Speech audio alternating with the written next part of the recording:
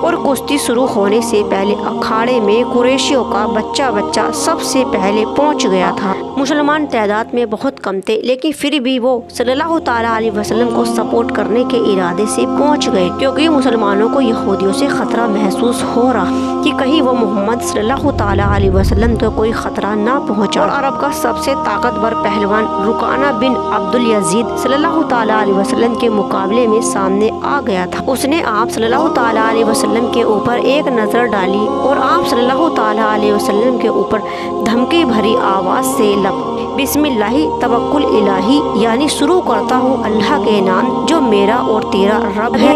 پھر آپ نے بہت ہی اطمینان کے ساتھ رکانہ پہلوان کی آنکھوں میں ڈال کر دیکھنے لگا کہ رکانہ پہلوان کوئی داو نہ کھیل جائے۔ رکانہ پہلوان آپ کے ارد گرد گھومنے لگا اور چکر لگانے لگا، اور کافر لوگ صلی اللہ تعالیٰ علیہ وسلم کا مذاق بنا رہے تھے۔ وہ لوگ سمجھ رہے تھے کہ محمد رکانہ بن پہلوان کے سامنے ٹک نہیں پائے۔ مسلمان لوگ خاموش تھے اور اپنے رب کو یاد کر رہے، اور پھر اچانک سے اللہ کے رسول صلی اللہ تعالیٰ علیہ وسلم نے رکانہ کو اٹھایا اور زمین پر پٹک کر دیا، اور رکانہ پہلوان منہ کے بل جا کر گرا، اور یہ دیکھ کر سب حیران رہ گیا تھا۔ اور رکانہ بولا کہ میں تمہارے گرانے سے نہیں گرا، میں اپنے پھسلنے سے گرا۔ رکانہ اٹھا اور کہنے لگا کہ تم نے میرے ساتھ دھوکہ کیا۔ آپ صلی اللہ تعالیٰ علیہ وسلم نے کہا چلو ایک موقع اور لے لو۔ آپ صلی اللہ تعالیٰ علیہ وسلم نے دوسری بار بھی اس کو اٹھایا اور پٹکا ہے، اور مجھ پر حملہ اس وقت کیا جب میرا پیر پھسل گیا۔ فیصلہ کرنے والوں نے فیصلہ کر دیا تھا کہ رکانہ ہار چکا ہے۔ رکانہ بولا کہ تم لوگ نہیں مانو گے، لیکن محمد نے داو اس وقت کھیلا جب میری پلک جھپک چکی تھی اور میں دیکھ نہیں پایا۔ پھر آپ صلی اللہ تعالیٰ علیہ وسلم نے سن رکانہ، اگر تیری پلک جھپک چکی تھی اور میرا داو اس وقت چلا تو ایک موقع اور لے لے، مگر یہ کشتی آخری مرتبہ ہوگی۔ تیسری مرتبہ بھی رکانہ پہلوان آپ کی طرف لپکا۔ آپ نے اس بار بھی اس کو اٹھایا اور زمین پر پٹک دیا، اور اتنا بھاری بھرکم لمبا تڑنگا پہلوان 3 مرتبہ پٹکا گیا، اور پھر وہ اٹھنے کے لائق نہیں رہا۔ رکانہ پہلوان نے اس بار اپنی ہار مان لی اور نظریں جھکا کر وہاں سے چلے گا۔ اس وقت یہودیوں کی حالت دیکھنے لائق ہو گئی تھی کہ یہ کیا ہو گیا، اور جو تھوڑے سے مسلمان تھے وہ خوشی سے جھوم اٹھے۔ صلی اللہ تعالیٰ علیہ وسلم نے رکانہ سے کہا، اے رکانہ اپنے وعدے کو پورا کہ آج سے مسلمان ہے۔ رکانہ بولا، اے محمد اپنا انعام لو اور یہاں سے چل۔ کیا تم نے مجھے اتنا سچا سمجھا ہے کہ جو میں کہہ دوں گا اس کو پورا کروں گا؟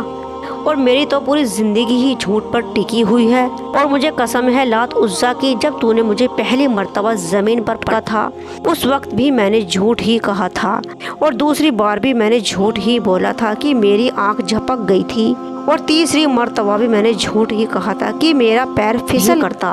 کشتی جیتنے کا انعام آپ صلی اللہ تعالیٰ علیہ وسلم کو دیا گیا ہے، اور میں اپنے وعدے کو کبھی پورا نہیں۔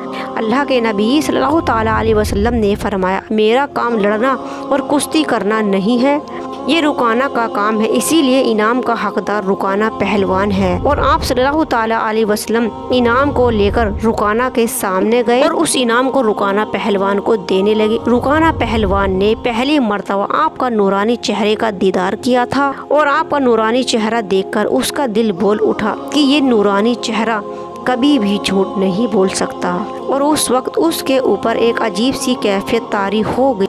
اے محمد تم مجھے نہیں ہرا سکتے تھے، تمہارے ساتھ کوئی نہ کوئی طاقت ضرور جڑی ہوئی ہے۔ اور آپ صلی اللہ تعالیٰ علیہ وسلم نے فرمایا، اسی طاقت کی طرف میں تمہیں بلا رہا ہوں۔ اسی وقت رکانہ نے اس انعام کو لیا اور زمین پر پھینک دیا اور بولا، مجھے اس انعام کی ضرورت نہیں ہے، اور یہ انعام اب مجھے نہیں چاہیے، مجھے وہ انعام چاہیے جو کشتی ہارنے پر مجھے ملنا تھا۔ اس وقت رکانہ پہلوان نے اسلام قبول کر لیا تھا اور کہا تھا کہ میں گواہی دیتا ہوں کہ اللہ کے سوا کوئی بھی عبادت کے لائق نہیں، کا مالک سب کو پالنے والا صرف اللہ ہی ہے۔ اسی وقت رکانہ پہلوان نے کلمہ پڑھا اور مسلمان ہو گیا۔ یہ تھے آپ صلی اللہ تعالیٰ علیہ وسلم، یہ تھی رکانہ پہلوان اور صلی اللہ تعالیٰ علیہ وسلم کی کشتی کا واقعہ، جس میں آپ صلی اللہ تعالیٰ علیہ وسلم کو جیت حاصل ہوئی۔ رکانہ پہلوان نے اسلام قبول کر لیا تھا۔ اگر ویڈیو پسند آئی ہو تو پلیز لائک کرنا، کامنٹس کرنا، شیئر کرنا اور چینل کو کرنا subscribe. Thank you for watching. اللہ حافظ۔